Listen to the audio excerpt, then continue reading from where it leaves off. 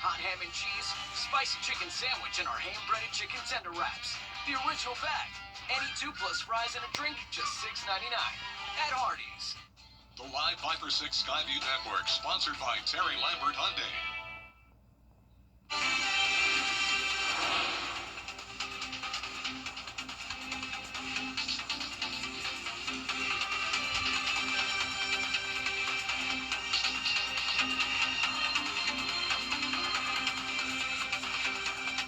Right now on News Channel 6 at 6, cleanup from Hurricane Helene continuing more than a year later.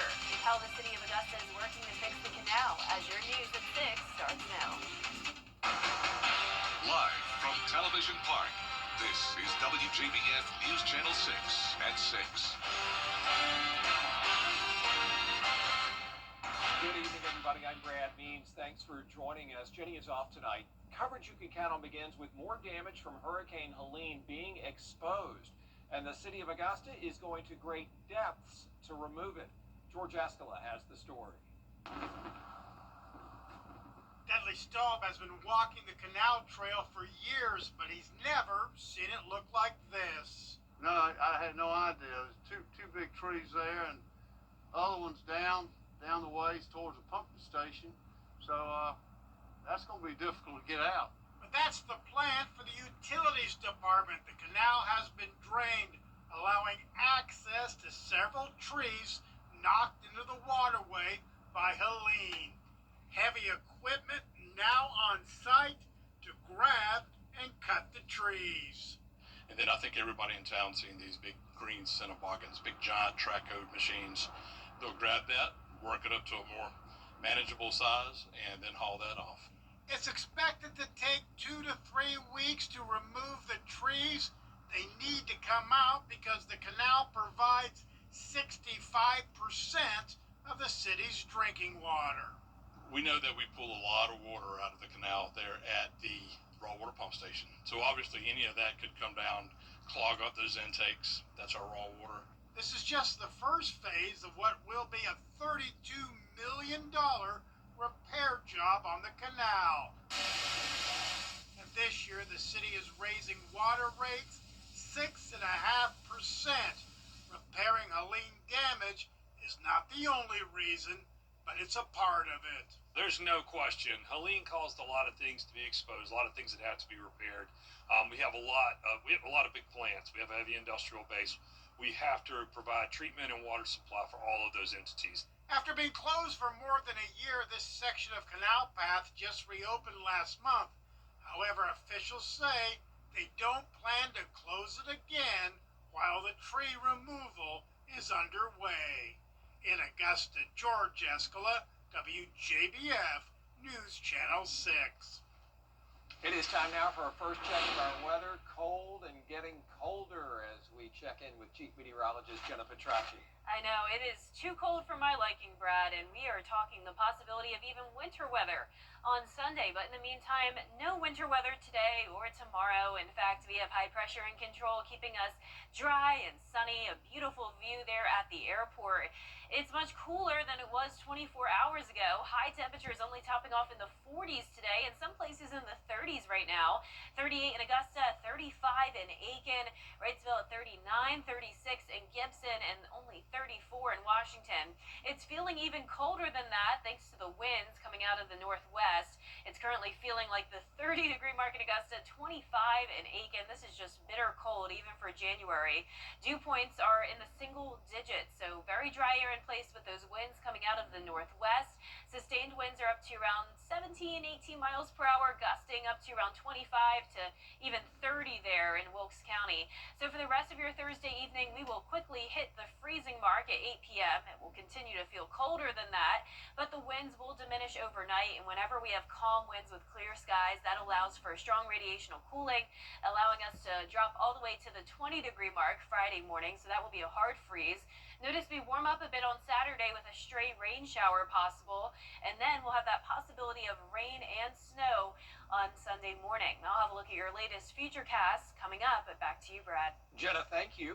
A big conversation about potential changes for some Richmond County schools. Tonight, the first of 3 public hearings on the proposed consolidation plan. The school system is hosting the first get-together at Josie High School. Let's go there live now, shall we? Graham Lee is joining us. Graham, I know you talked to Josie alumni about what could happen with the high school, what they'd like to see happen to it, and Murphy Middle School, too. That's right, Brad. This goes back to the school board's decision at their meeting last month to approve 3 public hearings for this month to hear from the community about these proposed changes. Now, keep in mind, the proposed master plan is in place for a few reasons. Those reasons being it's a decline in enrollment, resources trying to get maximized by the school system in terms of state funding, along with aging school buildings. So if approved, the school system would close 4 schools by the end of this school year. That includes Barton Chapel Elementary School, Jenkins White Elementary, and of course the 2 we're talking about today, Josie High School and Murphy Middle School. The plan calls for Josie High School and Murphy Middle School to be torn down and rebuilt into a district-wide career academy. Now, alumni say they want to see the space put to good use, but are concerned about a potential name change at the proposed facility. Having a college and career academy where services are offered in this lane makes sense. So that needs to be updated, and nobody is arguing against that for Josie. We're just arguing, don't change the name, don't remove the legacy, don't remove the extracurriculars that have been so pivotal to that school. So that first meeting here at Josie High School has just started. It is underway in the gymnasium here at Josie High School. A lot of cars have filled in the parking lot. A lot of folks interested about these hearings, and especially those that are going to Josie High School here. 2 more coming up later this month at Barton Chapel Elementary School and the school board on Broad Street. And school leaders will make a final decision about to move forward with the plan on February 10th. Live in Augusta, Graham Lee, WJBF, News Channel 6. Happening now, the Columbia County Planning Commission holding a public hearing tonight on 2 proposed data centers.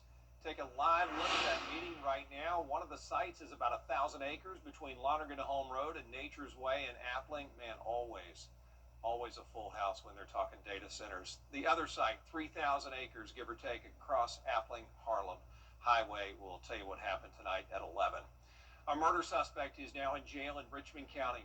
U.S. Marshals were looking for Tyleek Estella in a murder case out of New York. Investigators say he barricaded himself in a house on Smoke Tree Road in the Pepper Ridge neighborhood yesterday afternoon. We covered that when it happened. Well, he eventually did surrender, as did another person, Tremaine Estella, who was also inside that house. The Community Foundation for the CSRA awarding more than $700,000 in grants to 59 nonprofits today.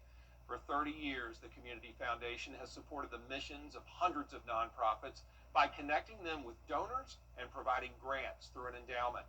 Some of the agencies getting money today include Bridge Builder Communities, Friends of North Augusta Animals, GAP Ministries, and Rise Augusta.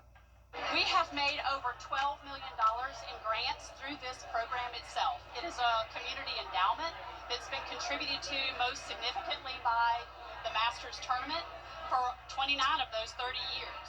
And that gives us both an opportunity and a responsibility to support those who are helping those least fortunate in our community. Mary says she sure is blessed to be a part of the Community Foundation of the CSRA and looks forward to continuing to help local nonprofits that serve our community. In his final State of the State address, Georgia Governor Brian Kemp highlighting his top budget priorities for the year. He is proposing a one-time $2,000 stipend for teachers, school staff, and state employees, and another tax rebate. Governor Kemp says because of an ongoing budget surplus, the state income tax rate is going to drop. He's also suggesting $550 million to improve major roadways, local road projects, and rural bridges. Since 2019, we've welcomed the 3 largest economic development projects in state history and continued Georgia's streak as the #1 state for business for an unprecedented 12 years in a row. But here in the best state for business, we don't just welcome big companies. We also champion small businesses that have a big impact on local communities.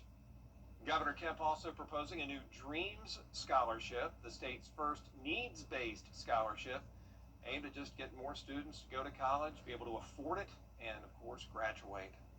Prom season is almost here. Can you believe it? Dresses are going to be in high demand, and so News Channel 6 is once again hosting its annual Giving Gown event. It helps high school girls find the prom dress of their dreams. It's all free. If you'd like to donate a dress, we sure would appreciate it. You can bring them here to Television Park through February 6th, and then the Giving Gown event is February 7th, 9 in the morning till noon at First Baptist Church of North Augusta. Coming up, a top leader from Venezuela in Washington, D.C. Chief meteorologist Jennifer Tracci back with us now, tracking all of the cold. Yeah, a lot going on. It's going to be a hard freeze for us tonight, but no winter weather with it. We have a brief warm-up on Saturday before we cool down again on Sunday with that winter mix possible. And then finally, a more steady warm-up next week. I'll have your full Vapor 6 forecast when we return. It's the last call for clearance at Lazy Boy. This message is brought to you by the Milton Rubin Superstore. WJBF.com. Click, click. Now, your most accurate forecast with WJBF Live Viper 6. Welcome back. Some pretty nice sunsets across the CSRA on our Terry Lambert Hyundai Skyview cams. It's a nice dry night, but cold, sitting at 38 degrees. Feeling like it's below freezing thanks to a northwest wind of 14 miles per hour, gusts up to 30. And around the CSRA, we're seeing a lot of 30s, down to 33 in Washington and Crawfordville. A lot of us will be hitting that freezing mark very shortly, but no snow expected tonight. We have high pressure in control. That's going to keep us dry and sunny again for tomorrow. Our main concern is this hard freeze. Notice the actual air temperature getting down to the 20-degree mark tomorrow morning. And when you factor in just a light southwest wind, it will feel around a degree or two colder, but luckily the winds will be calming down enough overnight to prevent us from having too harsh of a wind chill. So low temperatures tonight ranging from the upper teens to the lower 20s. Places completely sheltered from the wind, could even hit 17 degrees briefly. Now here's our futurecast tonight at 8 p.m. Winds still coming out of the northwest, but by tomorrow morning the winds will shift direction as high pressure moves out and a cold front moves in. So we're going to be watching this system on Saturday because it could bring us a few light rain showers, but notice this really falls apart by the time it gets towards the CSRA. So cloudy and a little bit warmer on Saturday.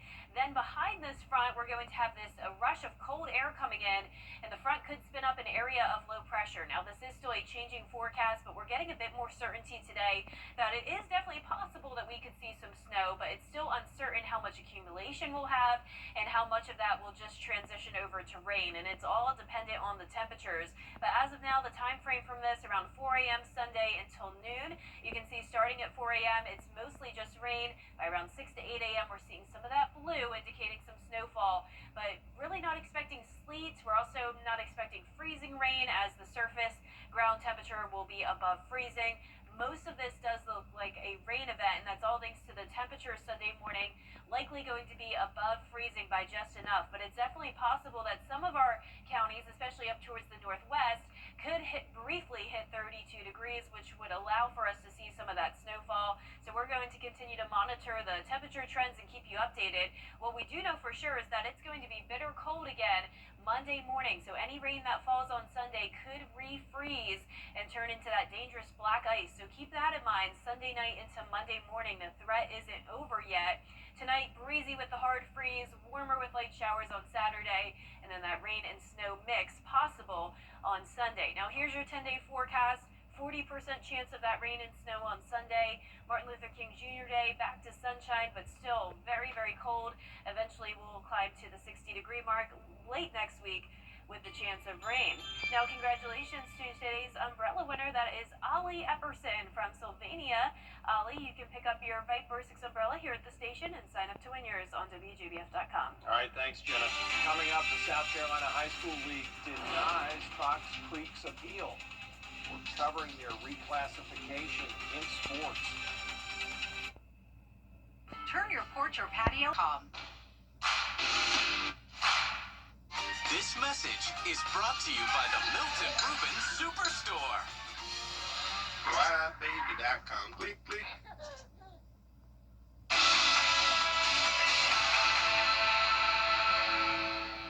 Closed captioning on News Channel 6 is sponsored by Hearing Associates of South Carolina. Entertainment tonight, weeknights at 7:30 on News Channel 6. WJBF sports coverage you can count on.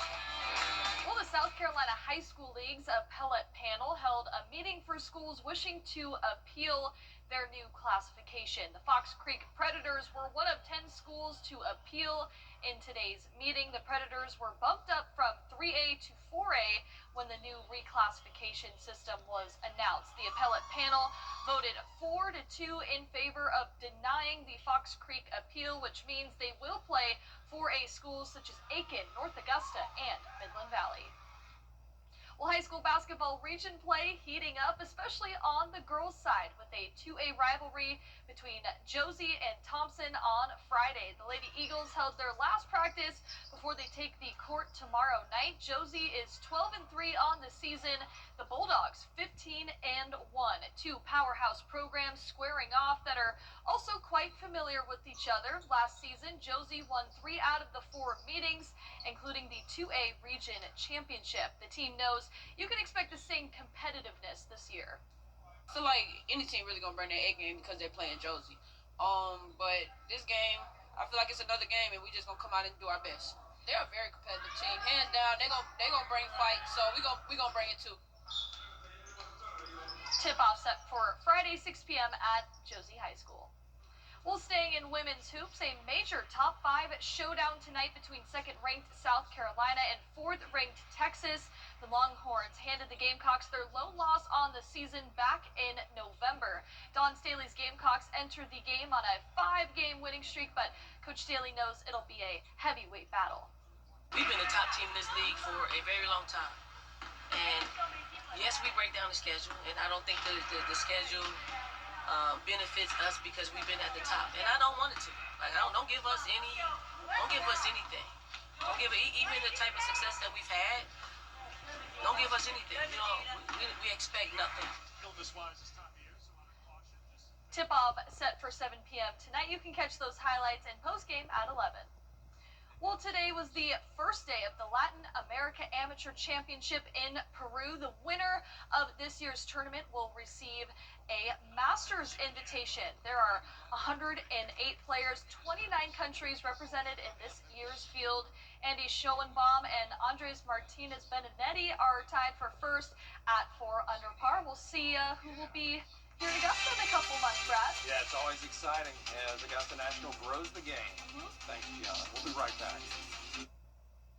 Years ago, I lost my father-in-law. Wants to know you. Family Pharmacy is taken for your wellness. This message is brought to you by the Milton Rubin Superstore. WJBF.com. Click, click. Our 10-day forecast is showing a very cold night, getting down to 20 degrees, highs in the 50s, a little bit warmer on Saturday with a chance of rain. Then that rain could be combined with snow Sunday morning, 40% chance. Back to sunshine on Monday, and we'll have a steady warm-up next week. Cracking your knuckles. Can you do it? Well, how bad is it for you? Some moms, will say it'll cripple you and give you arthritis. But doctors say it's mostly harmless. There are some studies that show you could lose grip strength over the years, or there could be some soft tissue swelling, especially if you're a chronic knuckle cracker like that guy. But doctors say there's no clear-cut connection that links it to anything serious. Is he doing each finger like a zillion times? Oh, it disturbs me. I don't like it. Yeah, I always heard it'll make your knuckles grow like As I'm a foot cracking long. my knuckles right now. Were you doing it just now? I have a bad habit. No, you'll be our case study. We'll check in with you each week to Okay, see how your will do. hands are doing. Have a great night.